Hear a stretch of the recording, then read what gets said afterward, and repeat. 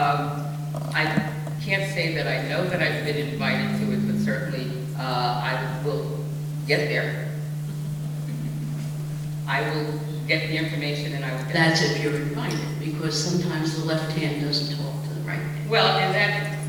That's very much part of it, and that's why ever since I've been in public office, it has been really what I do. Bringing consensus, making sure all the voices are heard at the table, leveling the playing field, and what you're saying is absolutely true, and it's part of what's dysfunctional about government and certainly the legislature. So for meetings like this that have to do with my constituents, I don't wait for invitations. I don't. Well, I really would like to see action from everybody. Thank you. And Mr. Murtagh, you have an opportunity to answer. Were you elected? How would you approach this? Well, no, I have not been invited, Marlene, but I certainly will attend if they let me. But I am curious, Senator, a minute ago, you said you don't wait till you're invited. 5 minutes ago, you said it was my fault because I hadn't called your office. Quite frankly, the other elected officials, certainly on the city level and even Assemblyman Sparrow, didn't wait for a phone call, didn't wait for an invitation. This is unfortunately an issue that has to be dealt with on the county and the state level, because that's who has the jurisdiction. All we can do on the local level, unfortunately, is be the bully pulpit. And you should be. And I am. Yes. Dennis McCarthy, Hawthorne, New York. My question goes to the schools and hospitals supported by the Archdiocese of New York.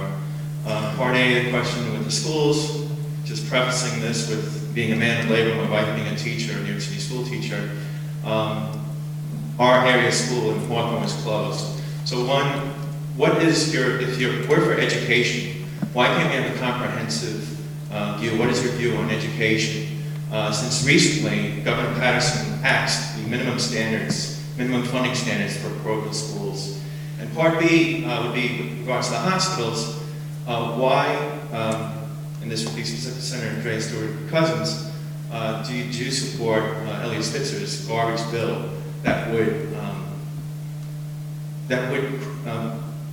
cause people of faith in archdiocesan hospitals to lose their licenses, to do things that was conscientiously objective to them, and would forcibly close hospitals and impinge the hospital's care, of the quality care that they've held for? All right, thank you. That goes to Mr. Murtagh.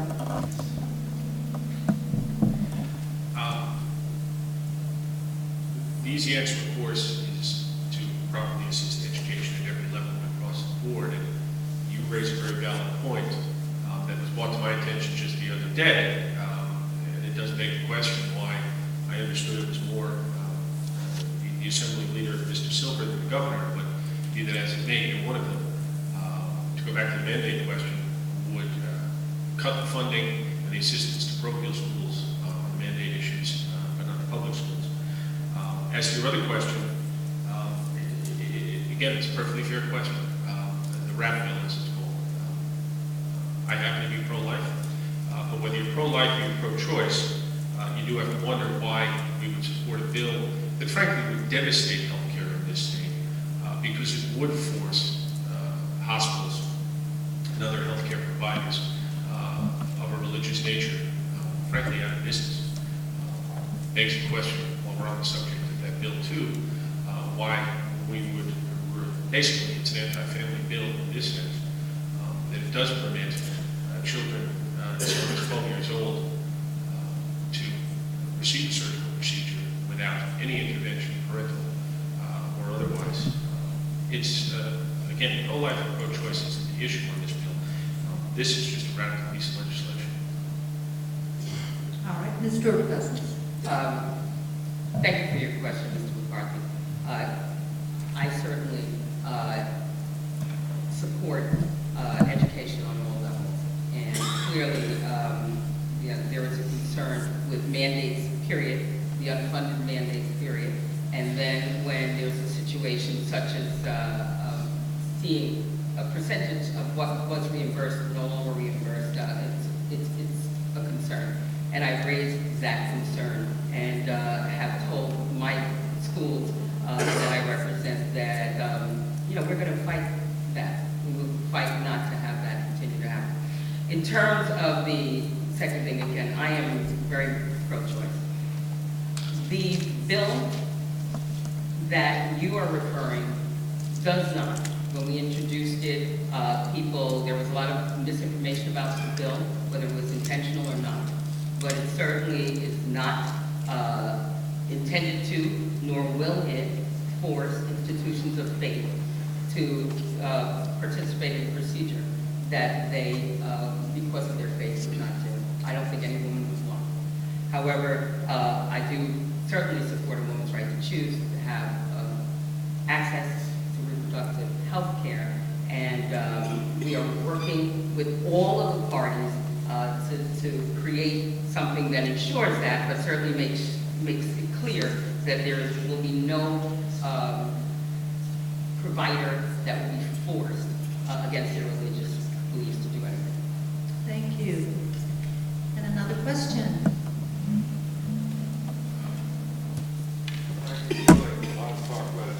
Once again, we have this situation where we have to tell people it's not there. Governor Patterson has said 2 billion plus, and that's on the low side, is not available. We have depended on Wall Street, it's not available.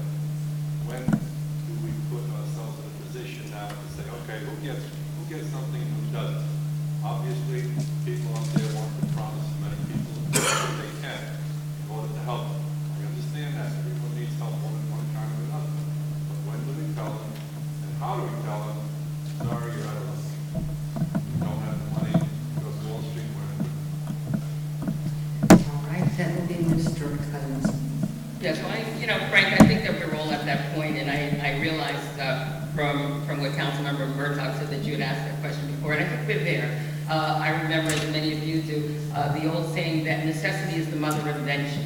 We are at that place where everything really has to be looked at again. We need to reprioritize what it is state government does, what it is people should expect government to do, and we need to make sure that we do those things and do those things well. We need to make sure that the seniors that we talked about who could have to make those choices between prescription drugs and heating their homes or staying in their homes don't have to make those choices.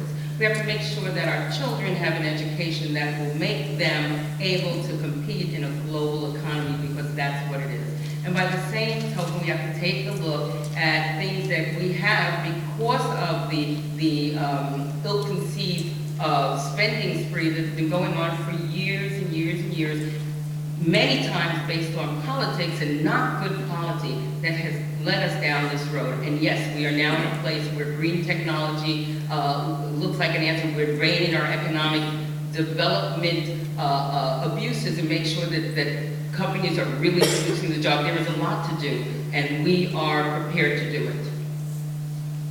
Yes, Mr. Murtaugh. Thank you. Senator, I hate to keep pointing out the inconsistencies, but you just said that we reached that point where everything has to be looked at.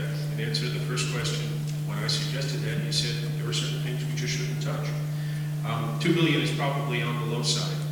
What's interesting, though, is that in the last 2 years, they've grown the state budget by $14 billion. Now, a large part of that was the settlement of a lawsuit, primarily benefiting New York City public schools. But whatever the cause of it, they grew the budget by $14 billion. If they had to settle a case, they had to rein in somewhere else. They weren't willing to do it. I'm no fan of Governor Spitzer's, but he sent them ridiculous budgets, and both houses made it a more ridiculous budget. We got to rein in spending. That's